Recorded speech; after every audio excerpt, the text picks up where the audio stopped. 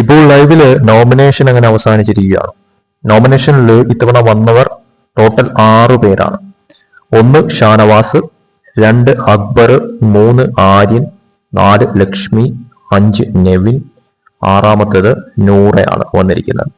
ഇതിൽ ഷാനവാസിന് 3 vote, നൂറയ്ക്ക് 3 vote, ലക്ഷ്മിക്ക് 2, അക്ബറിന് 4 vote, അതോടൊപ്പം തന്നെ നെവിന് 3 വോട്ട്, ആര്യന് 2 വോട്ട്.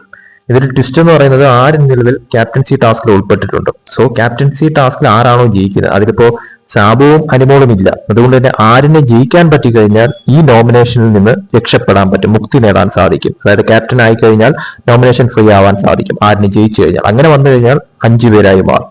അതല്ലെങ്കിൽ ആര്യനെ ഉൾപ്പെട്ട് 6 പേരായിരിക്കും ഇത്തവണത്തെ നോമിനേഷനിൽ വരാൻ പോകുന്നത്. എന്തായാലും കാത്തിരിക്കാം എന്ത് തരം ട്വിസ്റ്റുകളായിരിക്കും ഇത്തവണത്തെ നോമിനേഷൻ വോട്ടിംഗിൽ സംഭവിക്കാൻ പോകുന്നത്. ആര്യൻ രക്ഷപ്പെടുമോ ഇല്ലയോ എന്നുള്ളത് കാത്തിരുന്ന് തന്നെ കാണാം. കൂടുതൽ ലൈവ് അപ്ഡേറ്റ്സുമായിട്ട് വീണ്ടും വരാം.